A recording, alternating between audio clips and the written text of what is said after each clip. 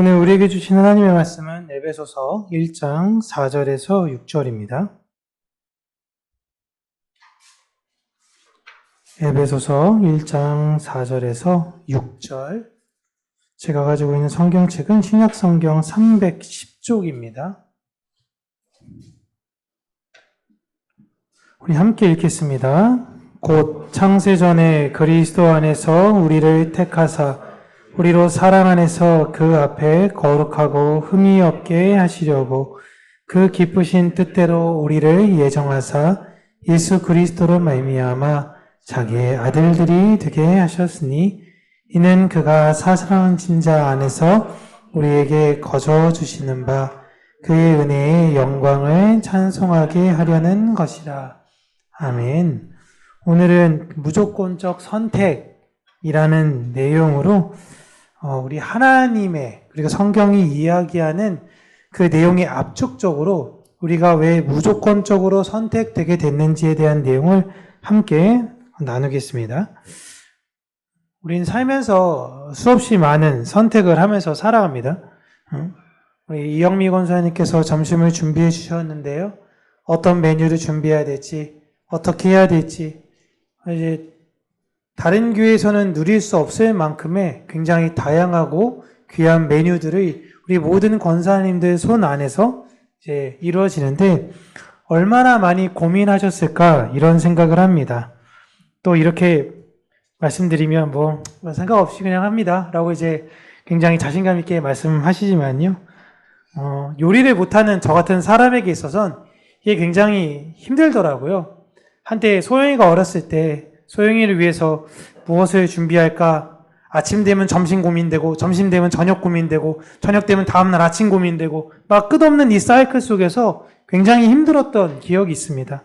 그렇게 볼 때 우리 봉사부에 우리 계신 우리 권사님들의 이런 섬김에 다시 한번 목이 메인 게 아니라 다시 한번 감사의 말씀을 드리고요. 우리 일상에도 수많은 선택을 하죠. 오늘 무슨 옷을 입을지, 뭘 먹을지, 어디를 갈지, 누구 말을 들어야 되나? 어떻게 해야 되나? 선택을 합니다. 성경에서 말하는 오늘 이제 선택은 이제 그런 일상적 선택을 이야기하는 것이 아닙니다. 개혁주의 신앙, 장로교 안에서도 사실 이렇게 너무 많이 무너졌는데요. 너무 인간 위주, 우쭈쭈, 내 새끼 하다 보니까 너무 인간 중심적으로 모든 걸 해석해져 버렸어요. 근데 개혁주의 신앙, 우리는 구원의 전 과정을 하나님 중심으로 이해합니다. 성경은 여러분, 하나님 중심적으로 해석해야 돼요.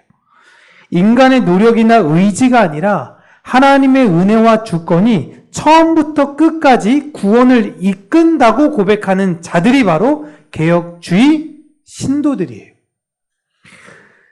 그 구원의 시작은 인간의 편에서 볼 때에 하나님이 결정하신 거니까 무조건적으로 보입니다. 뭐 조건이 뭐야? 도대체 저 사람은 왜 구원하는 거야? 라는 게 이해가 잘 되지 않습니다. 오늘은 우리가 이 내용을 한번 나눠보려고 하는데요. 하나님은 여러분 어떠한 분명한 뜻과 완전하신 계획이 있으십니다. 그런데 그게 인간의 시점으로 볼 때는요. 하나님의 구원과 일치적인 조건으로 보이지 않을 수 있어요. 인간이 볼 때는요. 저 사람이 구원되는 건 좀 부당한 거야. 저 사람이 구원받아야 되는 거 아닌가? 라고 하나님의 구원의 형평성에 관한 의문을 제기하기도 합니다. 마하트마 간디, 비폭력 운동, 인도를 다시금 깨우면서 갔던 그 사람, 이 사람 천국 갑니까? 지옥 갑니까? 그러면 연쇄살인마, 평생을 누굴 죽이고 살았는데 마지막에 회개하면 이 사람은 천국 갑니까? 지옥 갑니까? 사람들은요, 어떤 자신의 기준에 따른 형평을 원해요. 이렇게 해야지 구원받고 저렇게 하면 안 됩니다라는 걸 자신이 재단하고 싶어 합니다. 사람들은 인간의 노력과 의지에 대한 가치를 높여야 그가 하고 있는 일이 가치 있는 일이다라고 여깁니다. 여러분, 우리나라에서 유독 왜 자녀들을 열심히 공부시킬까요? 열심히 공부하면 그 대가로 나중에 무엇이 될 거라고 예상되니까 돈을 많이 벌 수 있으니까. 여러분, SK, 지금이 이런 SK가 아니라 제가 대학교 다녔을 때 SK 하이닉스 들어가면 왜?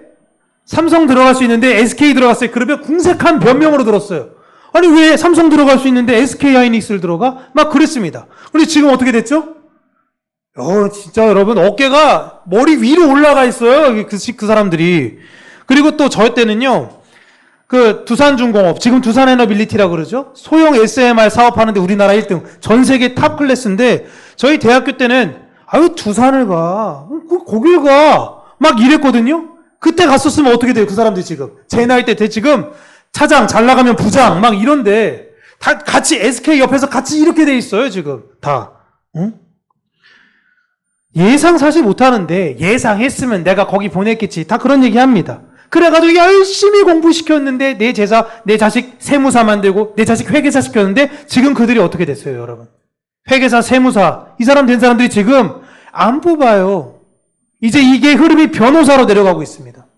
안 뽑아요. 이제 여러분 일론 머스크가 무슨 얘기했죠? 5년 안에 의사도 안 뽑는데요. 이런 시대로 가고 있어요. 그러니까 지금 어떤 상황이 되냐면 대치동에 학부모들이 학원을 안 보냅니다. 충격적인 일이 일어나고 있어요. 동네 학원들이 다 문 닫고 있어요. 도대체 뭘 어떻게 해야 되냐라는 거예요. 결국 돈을 벌 수 없으니 그 준비를 시키지 않는 것입니다. 여러분 후진국의 나라를 보면요. 어려운 가정에서 아이들 공부를 안 시킵니다. 왜요?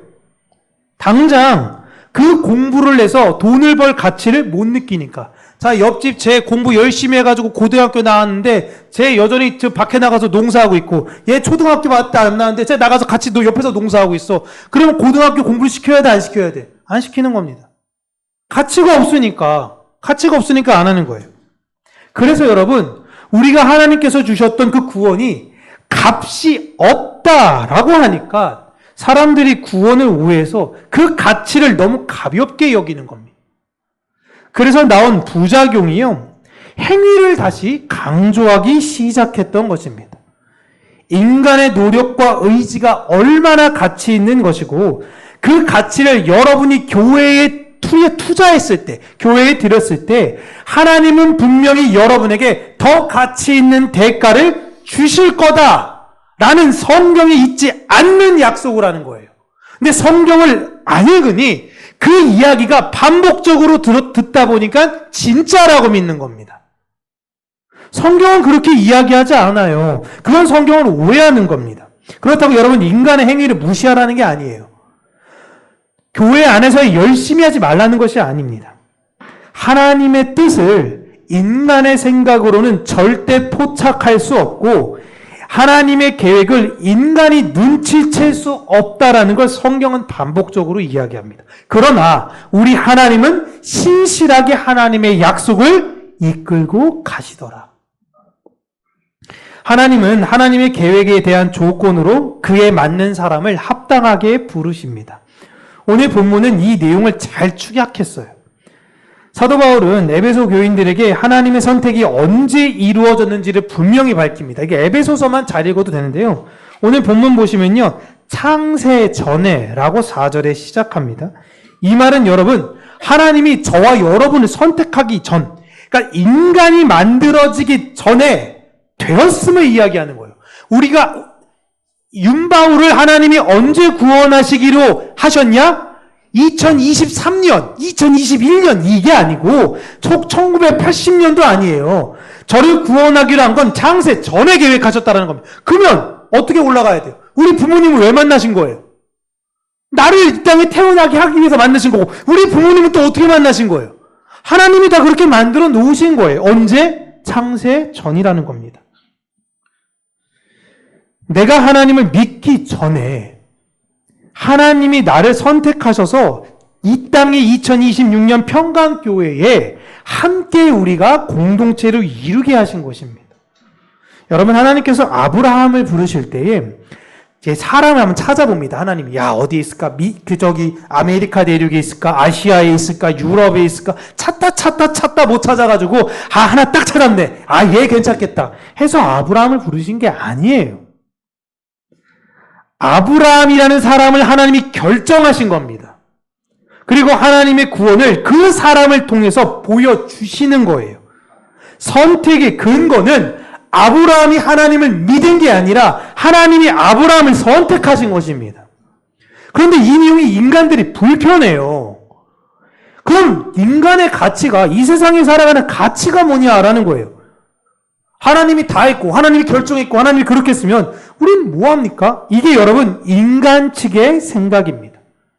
그런데 관점을 옮겨서 하나님의 관점으로 바라보면 이 내용은 하나님이 나를 선택했다라는 건 내 안에 있는 불안을 제거하게 되는 겁니다. 만약 하나님의 선택이 나의 믿음과 태도에 달려 있다면, 그리고 그 기준이 성경에 거론된 인물 정도는 돼야 돼요. 야, 믿음 가지려면 최소한 이 정도는 돼야 돼 라는 인물들이 성경에 있는 인물들로 거론된다면요, 여러분 구원의 확신을 가지실 수 있습니까? 한 바나바 정도? 재산 다 팔고 그 정도는 돼야 구원되는 거 아닙니까? 라고 할 때 누가 교회로 어떻게 나와요? 어떻게 내가 하나님을 믿는다고 고백할 수 있습니까? 구원의 확신을 가질 수가 없어요. 끊임없이 불안해하면서 살아갑니다. 그러나 하나님의 결정으로 우리가 구원되는 거라면요, 우리는 하나님의 어떤 목적을 가지고 만드셨다라는 것을 알 수 있어요. 나는 이렇게 불완전한데 도대체 나를 왜 만드셨지? 라는데 하나님이 창세전에 나를 만드신 완전하고 분명한 이유가 있으시다라는 겁니다. 그냥 그걸 믿은 거예요. 왜 난 가난하게 태어났어요? 왜 난 멍청하게 태어났어요? 왜 난 이렇게 연약하죠? 맨날 넘어지죠? 여러분, 하나님이 실수하시는 것이 아니에요. 당신을 통한 하나님의 뜻이 있으시다라는 것이고, 그 뜻을 위해 저와 여러분을 지으셨다라는 겁니다. 이걸 믿는 거예요. 본문에서 하나님이 지으신 한 가지 이유를 강조합니다. 그 기쁘신 뜻대로. 하나님이 여러분을 만드신 것은 그 기쁘신 뜻대로 만드셨다라는 거예요. 여러분, 부부가 이제 결혼을 하면 자녀 계획을 이렇게 세웁니다. 그리고 계획대로 해서 임신이 딱 됐어요. 그죠? 그럼 너무 기쁘죠? 너무 기쁘고, 그 아이를 위한 이제 부모는 뭘 합니까? 계획을 세워요, 여러분. 이 아이가 어땠으면 좋겠다, 저랬으면 좋겠다 하고, 뭘 준비하지? 나는 부모로서 어떻게 해야 되지? 막 설레면서 아이를 위한 계획을 세워요. 애가 태어났습니까? 태어나고 해도 되잖아. 여러분, 그런 부모 있어요? 태어나면 하죠, 뭐. 아직 뭐 한 10달 남았는데, 기다렸다 하지, 뭐 벌써 그래. 그게 아니에요, 여러분. 설레어서요. 애가 태어나지도 않았는데, 애기 신발 사는 부모들 많아요. 그죠? 성별이 막 결정도 안 됐는데, 옛날엔 더 심했습니다. 아유, 무슨 선물을 사야 되나? 파란색? 핑크색? 막 둘 다 사. 막 이러면서 그 아이의 사랑한 마음을 계속 커내갔어요. 그렇게 계획을 세웁니다. 예기치 못한 임신을 여러분 이야기하는 게 아니에요. 예기치 못하게 실수했다. 이게 망했네. 어떡하지? 막 이런 게 아니에요. 응? 계획을 가지고 하나님의 그 계획 안에서 우리가 태어났다라는 거예요. 아이가 부모를 선택할 수 없잖아요. 응? 우리는 하나님에 의해서 결정되고 선택된 사람들이에요. 완전한 하나님의 계획이 있으신 거예요. 이제 임신을 했고 그 아이가 어떻게 자라기를 바라는 부모의 마음이 나와요. 4절에 그게 나옵니다. 우리로 사랑 안에서 그 앞에 거룩하고 흠이 없게 하시려고. 여러분, 부모가 아이가 태어나면 어떻게 아이가 자라기를 바라죠? 그 부모의 대원칙이 있잖아요. 건강하게 태어났으면 좋겠어.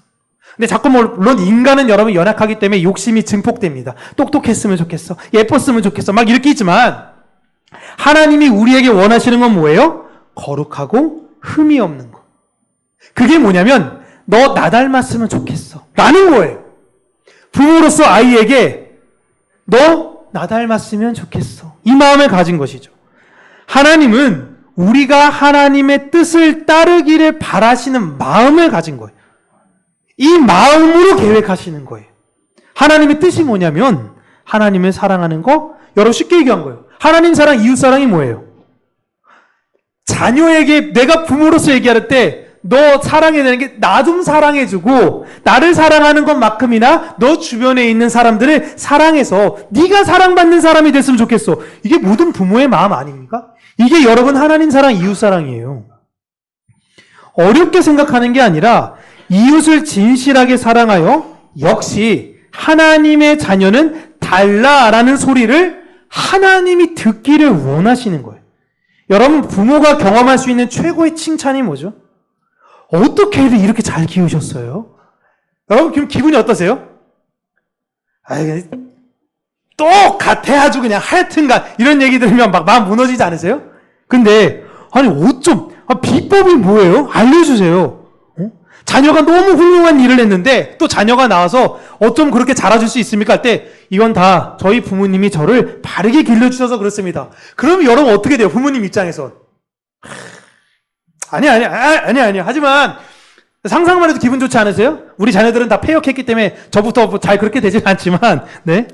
여러분 2024년 11월을 미국 아칸소주 고등학교 크로스컨트리 데이 있습니다. 좀 있으면 이제 동계올림픽 하시죠? 하시죠? 동계올림픽 하죠? 그때 이거 그냥 엄청 많은 거리 이거 스키 타면서 가는 거 있어요. 크로스컨트리를 하는데 케일리 몽고메리라는 선수가 마지막 경기에서 이 선수의 목표는 하나입니다.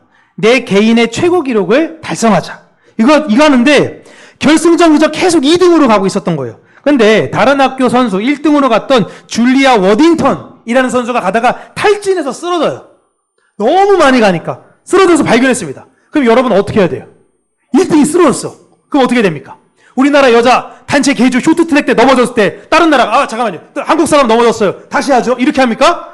죽을 힘을 향해 달리잖아요. 죽을 힘을 향해. 한국 이기겠다고.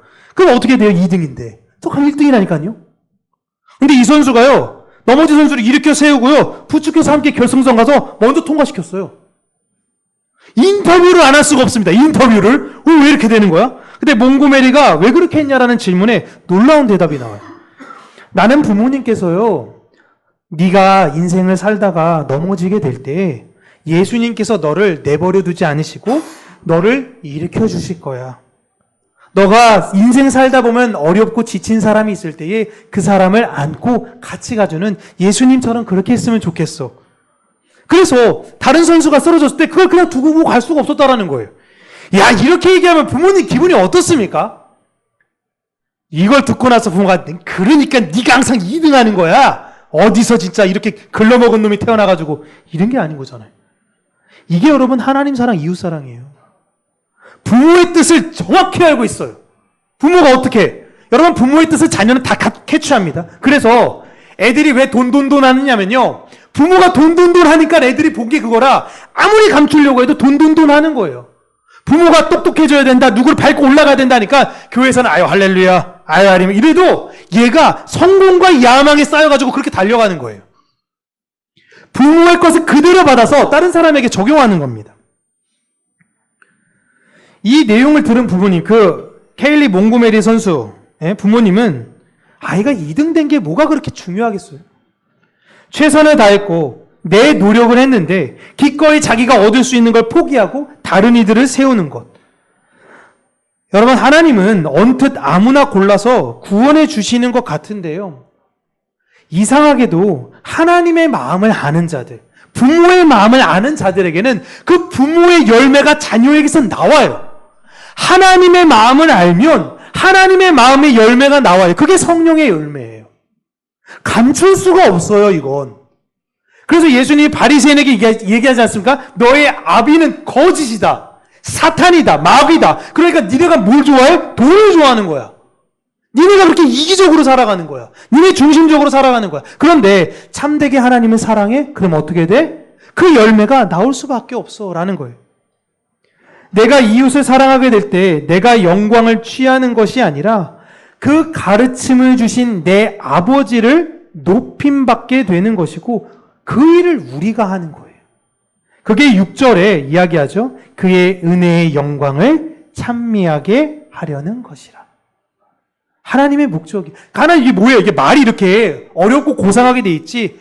내가 아버지로서 나는 네가 바르고 사랑하는 자로 컸으면 좋겠고 그냥 그렇게 되어졌으면 좋겠어. 항상 모든 일이 있었을 때 네가 영광을 취하는 게 아니라 다른 사람을 잘 세워주는 거. 같이 일할 때 여러분 회사에서도 어쩜 이렇게 잘하셨어요 할 때 어떻게 합니까? 아니에요. 같은 팀원들이 너무 잘해서 그런 거죠.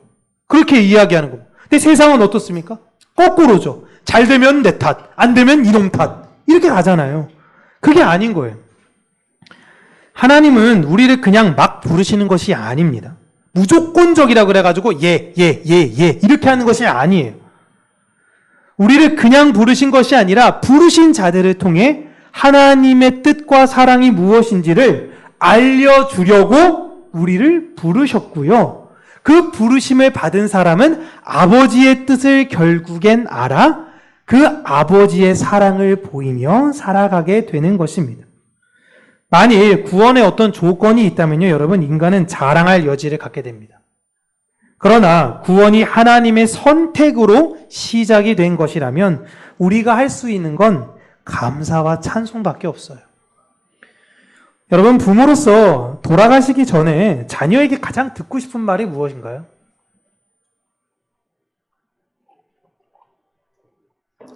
모든 부모님들 다 거의 1등이 그런 거더라고요. 내 아빠로 계셔 주셔서 감사합니다. 내 어머니로 있어 주셔서 감사해요. 이걸 가장 듣고 싶은 거예요. 응? 아빠, 엄마, 내가 이렇게 잘된 건 내가 잘났고 내가 똑똑했고 내가 돈 많이 벌어서가 아니라 아빠와 엄마 같은 좋은 부모를 만나서예요. 여러분, 이 말보다 더 듣고 싶은 말 있으세요? 아빠, 나 이번에 코인 엄청 많이 벌었어. 죽기 직전에 그게 무슨 의미가 있어요? 아빠, 이제 나 걱정하지 마. 나 돈 알아서 잘 보고 잘 살 거예요. 한편으로 안심은 되지만 내가 듣고 싶은 말은 그건 아닌 거잖아요. 네? 하나님이 여러분을 선택하신 것, 때로는 내가 이해할 수 없는 누군가를 하나님이 선택하시는 건요, 우리는 다 이해할 수 없어요. 우리는 다 이해할 수 없으니까 그 선택을 뭐라고 부르냐면 무조건적 선택이라고 그냥 부르는 겁니다. 그러나 완벽하고 완전하신 하나님의 조건적 선택이에요. 여러분은 하나님을 그렇게 부르셨어요. 우리가 하나님을 붙들고 살아가는 인생이 아니라 하나님이 우리를 붙들면서 끌고 가시는 인생입니다. 우리가 먼저 사랑하는 것이 아니라 하나님이 먼저 우리를 사랑하셨습니다. 그리고 그 하나님은 신실하시고요, 변하지 않으세요. 하나님의 부르심에는요, 후회하심이 없어요. 왜? 창세 전에 계획하신 것이니까. 그러므로 우리가 생각해야 되는 건 나의 구원은 안전하다. 아버지가 내 하나님이시니 나의 구원은 안전하다라는 걸 우리는 믿는 거예요. 그게 바로 무조건적 선택으로 우리를 부르신 하나님의 사랑인 것입니다. 기도하겠습니다. 하나님, 우리는 연약해서 자꾸만 내가 무언가를 이루려고 하고 내가 이것저것 해서 하나님의 기쁨심이 되려고 애를 쓰지만 우리 존재 자체로 하나님은 이미 기뻐하시고 하나님의 뜻이 무엇인지를 온전히 알아 그 뜻을 헤아리며 살기를 하나님이 원하신다라는 것을 우리가 알아. 오늘도 아버지의 그 뜻을 가지고 내 주변에 있는 사람들에게 하나님의 사랑으로 살아가는 우리 평강교회 성도님들이 되게 하여 주시옵소서. 욕심 가득한 이 세상 속에 때로는 많이 지이고 힘들고 어려울 때가 있습니다. 그때마다 우리가 하나님의 뜻이 무엇인가 다시금 기억하고 나를 부르신 이유와 그 소명을 생각하며 오늘도 하나님의 사랑으로 살아가고자 하는 그 마음을 가지고 살아가기를 원하오니 하나님, 내 안에 예수 그리스도의 그 마음을 부어주시고 성령의 용기를 허락하여 주심으로 인하여 아버지의 뜻을, 그 사랑을 오늘도 잘 보이며 살아가는 우리 평강교회 모든 성도님들이 되게 하여 주시옵소서. 예수님 이름으로 기도합니다. 아멘.